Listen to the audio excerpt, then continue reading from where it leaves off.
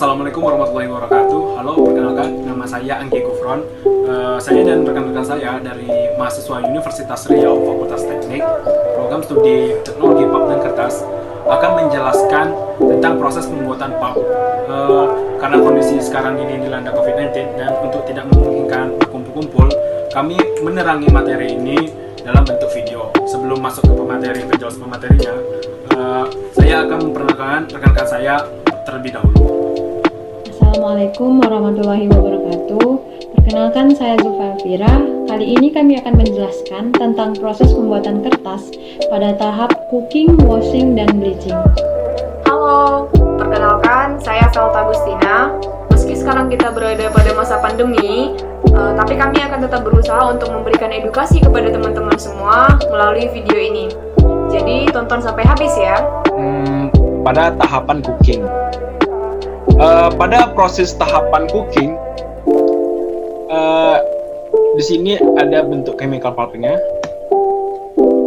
Proses pemasakan atau cooking dilakukan dalam bejana yang disebut digester untuk proses pemasakan chip menjadi pulp dengan tujuan melarutkan lignin sebanyak mungkin sehingga selulosa dan lignin terpisah. Tujuan dari cooking itu untuk memperoleh yield yang tinggi dan mendapatkan nilai kappa yang rendah. Pada digester area terdapat beberapa variabel yang berpengaruh, yaitu chip quality, cooking control, dan chemical property. Faktor-faktor yang mempengaruhi proses cooking. Yang pertama ada chip size. Ketebalan chip sangat berpengaruh dalam proses pulping. Ketika cairan pemasak akan menembus chip pada semua sisi, jika chip tebal, maka cairan pemasak tidak akan menembus bagian dalam chip, sehingga bagian tersebut tidak terjadi di proses pemasakan. Yang kedua, chip bulk density merupakan parameter yang penting pada saat pengisian digester. Hal ini menentukan jumlah pulp yang dapat masuk dan dinyatakan dalam kilogram meter kubik. Chip bulk density dipengaruhi oleh wood density dan chip size. Faktor ketiga ada chip moisture, mempunyai pengaruh pada yield yang diperoleh, kappa number, dan kualitas pulp. Jika moisture terlalu rendah, maka akan sulit untuk menghasilkan chip. Dengan mengetahui moisture content chip, dapat dihitung wood input yang masuk ke dalam digester supaya terjaga konsentrasi likor dan alkali secara konstan. Moisture content sebaiknya dijaga dalam level 40-50%. Faktor yang keempat ada bulk, kulit kayu, dan kontaminasi lainnya. Bulk merupakan komponen yang tidak diinginkan dalam produksi pulp karena bulk berisi 20-30% selulosa dan 20-30% ekstraktif dan selebihnya lignin. Bulk sendiri akan menaikkan konsumsi alkali dan mengurangi kekuatan pulp. Kandungan ekstraktif yang tinggi menyebabkan masalah di evaporator dan pitch pada pulp mesin. Faktor kelima ada white liquor property. White liquor yang merupakan bahan kimia pemasak pada metode sulfat dalam bentuk aqueous solution di mana kandungannya terdiri dari NaOH, Na2S. White liquor digunakan untuk mengurangi kandungan lignin dalam digester dan juga untuk ekstraksi keselulosa. Digester yang digunakan adalah digester continue.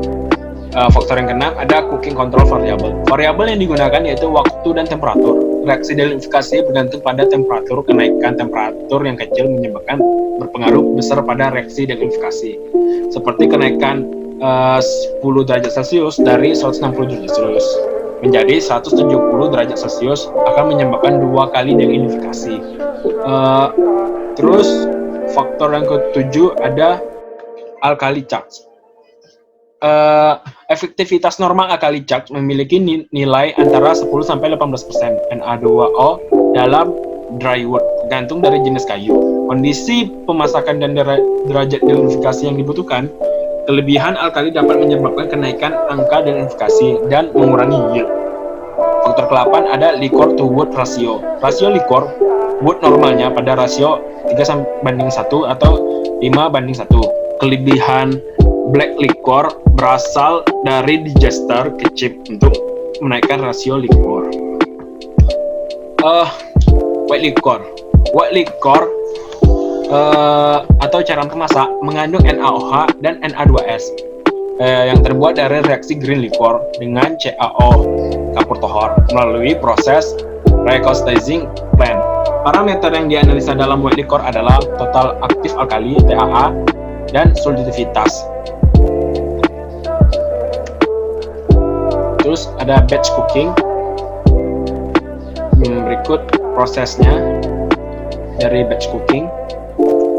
Lanjut ada continue cooking. Terus ini tahap-tahap dari cooking. Ada chips filling. Di chips filling, digester diisi dengan chips dan secara simultan udara diekstrak melalui penyaring sirkulasi lindi. Warm Black Liquor Fill (WBL) dipompakan melalui bagian bawah digester. Setelah volume yang diinginkan tercapai, kerangan keluaran yang terletak di atas ditutup. Pemompaan lindi yang terus-menerus meningkatkan tekanan dalam digester. Sebagian lindi putih digunakan sebagai penambah ion OH sehingga pH tetap tinggi. Terus tahap ketiga ada Hot Black Liquor Fill. HBL dipompakan dari bawah ke atas. Selanjutnya ada Hot White Liquor HWL Fill. HWL yang belum dipanaskan sering dicampurkan dengan HBL pada saat pemompaannya. Heating. Fase pemanasan yang dilakukan hingga digester mencapai temperatur maksimum yang diinginkan. Seiring dengan menggunakan kukus secara langsung yang memanaskan lindi, biasanya fase ini hanya membutuhkan kenaikan sebanyak 15-20 derajat Celcius, sehingga pemakaian kukus sangat minimal. Hal ini merupakan keuntungan yang sangat besar bila dibandingkan dengan pemasakan batch konvensional yang lain. Terus tahap terminal displacement. Isi dari digester didinginkan untuk menghentikan reaksi ketika tingkat denitrifikasi yang diinginkan sudah tercapai. Hal ini dilakukan dengan memompahkan larutan pencuci melalui bagian bawah digester, mengeluarkan lindi panas menuju akumulator. Pop discharge. Isi dari digester sudah bertemperatur 100 derajat Celcius dikeluarkan dari digester menggunakan metode pelarutan dan pemompaan. Sistem terbaru pada displacement ini menggunakan udara bertekanan atau kukus untuk menekan blow bahan-bahan keluar dari digester. Baik, tahapan selanjutnya yang akan dibawakan teman saya selanjutnya. Assalamualaikum warahmatullahi wabarakatuh. Baiklah, saya akan melanjutkan materi yang telah disampaikan teman saya. Kali ini saya akan menyampaikan materi mengenai washing. Pada proses washing dan screening terdapat proses decknoting. Proses decknoting adalah proses pemisahan kayu yang tidak masak atau knot dari campuran pulp hasil pemasakan. Pulp yang berasal dari discharge tank dipompakan ke noter, kemudian diencerkan menggunakan cairan pengencer sampai konsistensinya mencapai 4%. Pengenceran ini bertujuan memudahkan proses pemisahan hasil extract dengan sisa atau reject. Kemudian proses screening atau penyaringan. Kegunaan dari screening adalah untuk menghilangkan kotoran seperti serpihan pasir, kulit kayu, dan plastik dari pulp. Sieve atau kumpulan fiber yang saling menempel yang cukup besar dan akan merusak kualitas kertas. Jika kotoran tidak dihilangkan dari pulp, itu akan mempengaruhi kualitas produk akhir. Dan dalam kasus pasir, dapat menyebabkan keausan yang dipercepat pada peralatan. Kemudian proses washing. Proses washing adalah proses pemisahan kotoran dan bahan kimia atau soda pulp berdasarkan kelarutannya. Target yang diharapkan pada proses washing yang pertama, soda loss kurang dari 10 kg per ton sebagai Na2SO4. Yang kedua, Poskapa berkisar 9-10, dan yang ketiga, BL solid berkisar 15-16% untuk akasia. Kemudian tujuan washing. Yang pertama, memisahkan knot dari pulp pada proses decknoting. Yang kedua, memisahkan liquor dari pulp pada proses brown stock washing. Yang ketiga, memisahkan sieve dari pulp pada proses screening. Yang keempat, menurunkan kappa number pada proses O2 delignifikasi. Dan yang kelima, memisahkan material dan pengotor lainnya. Kemudian alat-alat yang digunakan pada proses washing. Yang pertama, vacuum drum washer. Vacuum drum washer merupakan suatu alat pencuci yang terdiri dari sebuah drum yang berputar yang dilapisi oleh wire atau media penyaring dan dilengkapi dengan shower pencuci.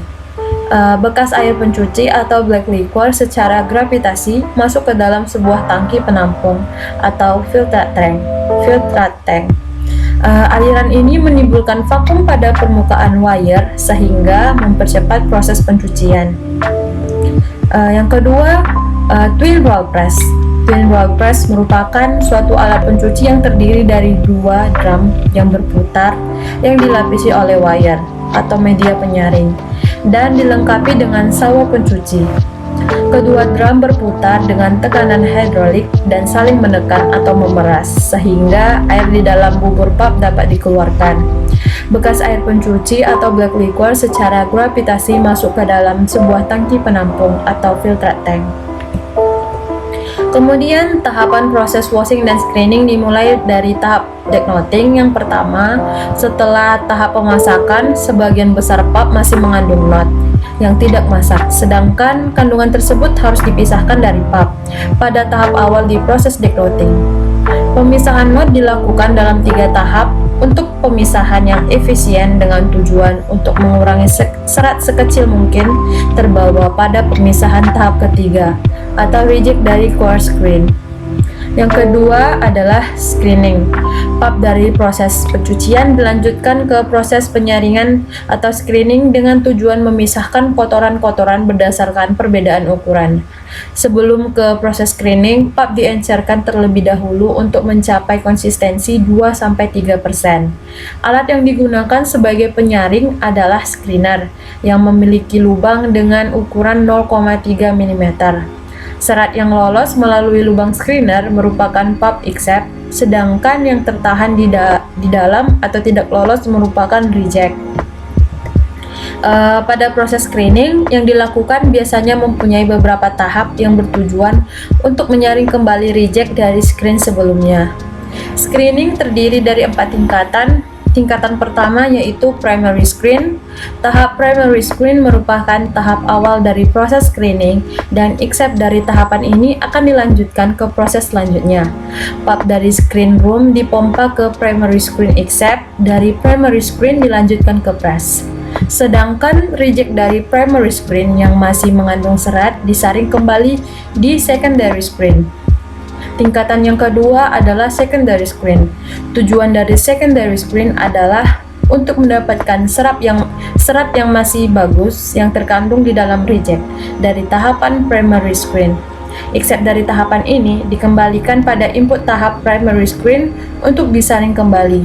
Untuk mendapatkan kualitas except yang baik, maka except dari secondary screen harus sama atau lebih dari keadaan input dari primary screen.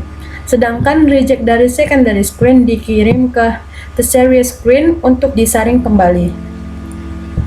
Tingkatan yang ketiga adalah tertiary screen. Tertiary screen merupakan tahapan lanjutan dari tahapan secondary screen. Adapun tujuannya untuk mendapatkan serat yang except, karena reject dari tahapan secondary screen masih mengandung serat yang bagus. Except pada tahapan ini digunakan kembali sebagai input dari tahapan sebelumnya atau secondary screen, sedangkan reject dialirkan ke quaternary screen untuk disaring kembali. Dan tingkatan yang keempat adalah quaternary screen, dan tujuan dari tahapan ini adalah untuk mendapatkan kembali sejumlah serat yang terikat pada reject tertiaries. Except dari tahapan ini digunakan kembali sebagai input dari tertiary screen, sedangkan reject pada tahap ini dikirim ke reject tank. Tahapan proses washing dan screen yang ketiga adalah brown stock washing. Pulp yang berasal dari digester masih bercampur dengan sebagian cairan pemasak yang mengandung sisa bahan kimia pemasak dan juga lignin yang terlarut dalam kayu. Kotoran-kotoran yang terlarut dalam pulp tersebut dicuci di brown stock washing dan dilakukan secara berlawanan arah atau counter current, di mana air panas hanya digunakan sebagai pencuci pada tahap akhir dari rantai pencucian. Prinsip proses washing dilakukan berlawanan arah, maksudnya adalah arah aliran pulp berlawanan arah dengan arah aliran dari cairan pencucinya atau air. Tujuannya adalah agar cairan kotor dari hasil pencucian yang black liquor dapat dipompakan kembali ke digester dan digunakan sebagai bahan baku dari proses impregnasi tanpa harus dipisahkan terlebih dahulu dari pulp. Tahap terakhir dari pencucian brownstock adalah dewatering press sebelum O2 reaktor. Pada dewatering press, pulp dipress untuk mencapai konsistensi sekitar 10%. Setelah itu, pulp diencerkan dengan filtrat dari first oxygen press pada screw dilution, sehingga konsistensinya menjadi 3-5%. Alkali yang digunakan untuk delignifikasi ditambahkan bersama dengan cairan pengencer. Untuk materi selanjutnya akan disampaikan teman saya. Terima kasih. Oke, kita masuk ke tahap bleaching. Sebelum kita berbicara lebih jauh, kita harus tahu dulu apa itu bleaching.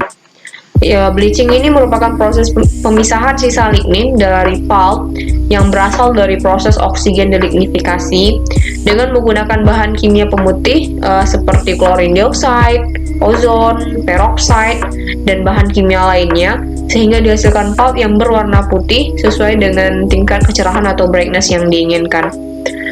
Pemisahan lignin terjadi pada 3 tahap. Yang pertama pada tahap cooking, yang kedua pada oksigen delignifikasi, dan yang ketiga pada tahap bleaching. Objektif bleaching yang pertama untuk mendapatkan brightness ataupun whiteness, yang kedua untuk membuang semua jenis kotoran seperti chive, bark, pitch, ekstraktif, dan bahan pengotor lainnya. Kemudian menjadikan pulp lebih bersih, higienis, dan tampilannya juga lebih cerah. Kemudian menjaga stabilitas brightness agar dia tetap stabil. Untuk prinsip bleaching, yang pertama mewarnai unbleached pulp yang kebanyakan berupa sisa-sisa lignin yang termasuk juga degradasi bagian dari polisakarida.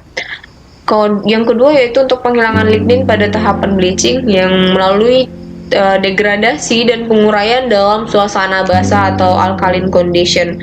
Yang ketiga, lignin dan chromophore yang tertahan pada tahapan bleaching yang tersisa akan diubah menjadi berwarna atau semakin putih.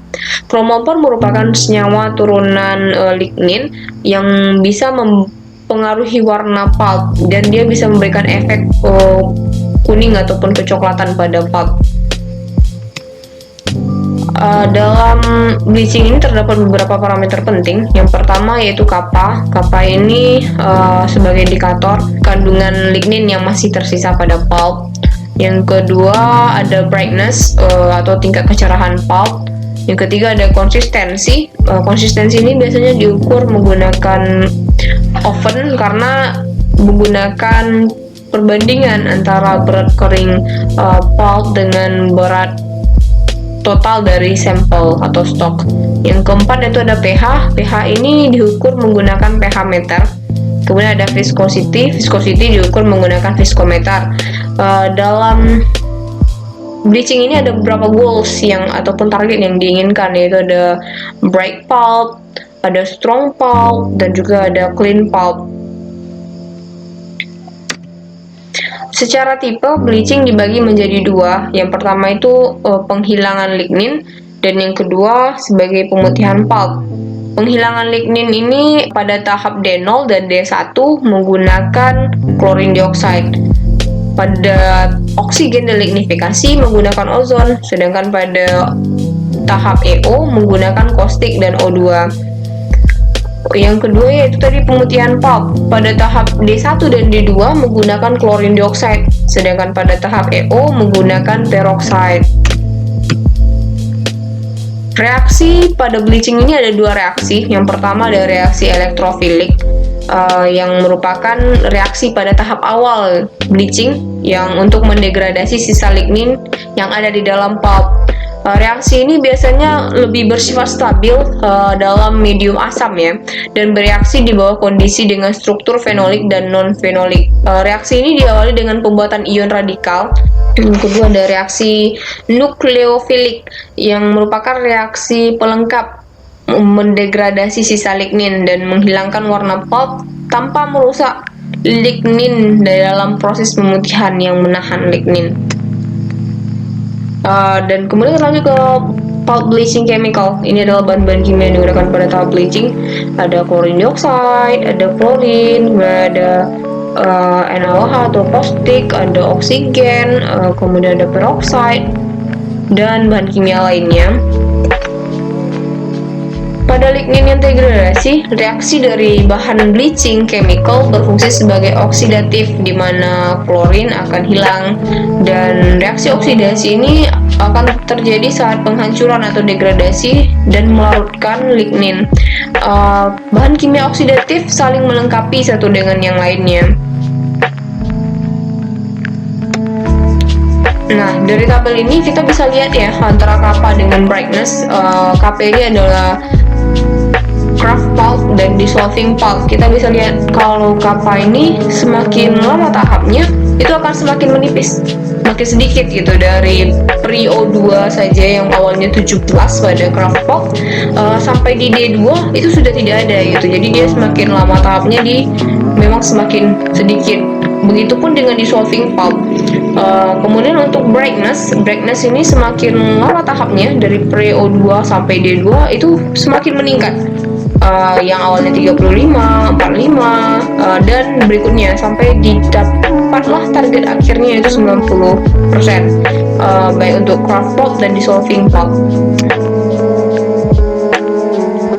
Kemudian kita masuk ke tahap pertama dari bleaching, yaitu ada D0. D0 ini targetnya itu maksimum brightness 70% berdasarkan standar ISO. Kenapa sih harus 70% gitu kan? Kenapa tidak 90% saja langsung gitu? Jawabannya itu karena kita tidak ingin fiber kita terdegradasi atau rusak. Kalau kita terlalu memaksakan dia mendapatkan brightness 90 atau melebihi 70, nanti fibernya akan rusak dan degradasi. Kemudian yang tujuannya untuk memecah lignin atau delignifikasi pulp. Cara mencapainya ada 3. Yang pertama, kita harus menjaga brightness. Second, post O2-nya itu harus besar dari 50% ya. Kemudian soda carry over-nya itu harus lebih kecil daripada 10 kg. Kemudian pH-nya itu 2,5 sampai 3. Faktor yang mempengaruhi brightness di D0 ini ada 5. Yang pertama itu jumlah lignin yang terkandung dalam pulp. Yang kedua, konsentrasi chlorine dioxide. Yang ketiga ada pre-bleach brightness yang masuk. Yang keempat ada retention time. Yang kelima yaitu mixer performance. Oke, selanjutnya ada tahap EOP stage bleach yang targetnya itu 75-80% berdasarkan standar ISO. Yang tujuannya untuk memecah lignin ataupun delignifikasi pulp dan fiber tetap kuat. Cara mencapainya, yang pertama kita harus monitor tekanan O2 dari O2 plant. Yang kedua, kita harus jika tekanan O2-nya ini lebih besar daripada 12,5 sampai 13 bar, maka kita harus tingkatkan dosage charge-nya menjadi 2 sampai 3 kg per EDT. Chemical consumption, yang pertama itu ada NaOH atau caustic. Fungsinya untuk menetralkan pH terhadap beberapa bahan kimia, misalnya seperti produk asam yang terbawa ataupun gugus asam yang terikat dalam pulp. Kemudian yang kedua, untuk membentuk garam sodium yang dihasilkan dari larutan karboksil dan asam organik fenolik, misalnya seperti NaCl dan Na2CO3. Yang ketiga yaitu untuk reaksi di atas, D ini dapat mengaktifkan lignin yang tersisa. Ada beberapa hal yang mempengaruhi penambahan NaOH di S-stage. Yang pertama itu dosis atau chlorine dioxide-nya. Kedua ada pH pulp yang masuk ke S-stage. Yang ketiga yaitu lignin yang terbawa dari D0 stage. Akhir dari pH-nya ini itu harus 10,5 sampai 11. Jika pH-nya itu 10,5, berarti hampir semua NaOH ini terkonsumsi. Sedangkan untuk NaOH dosage-nya itu 10 sampai 17 kg per ADT, dan ini tergantung pada pH filter EOP stage gitu. Ada beberapa hal yang mempengaruhi penambahan oksigen di EO stage. Yang pertama itu ada high shear mixer, yang kedua ada kappa drop, yang ketiga ada lignin yang terbawa EO stage. Kemudian ada efficiency of oxygen can be improved by increasing temperature and alkali charge. Nah, efisiensi dari oksigen ini bisa mengimprove gitu kan dari temperatur dan alkali charge. Kemudian ada O2 dosage 3 sampai 5 kg per ADT. Nah, ini tergantung pada kappa drop yang dihasilkan. Misalnya kappa yang keluar itu pada D0 4 sampai 6, sedangkan kappa target pada outlet atau EO itu 0,5 sampai 1,5, maka kappa dropnya itu harus kita kurangkan 4 dikurang 0,5 gitu, berarti 3,5, atau enggak 6-nya kita kurang dengan 1,5, berarti dia 4,5.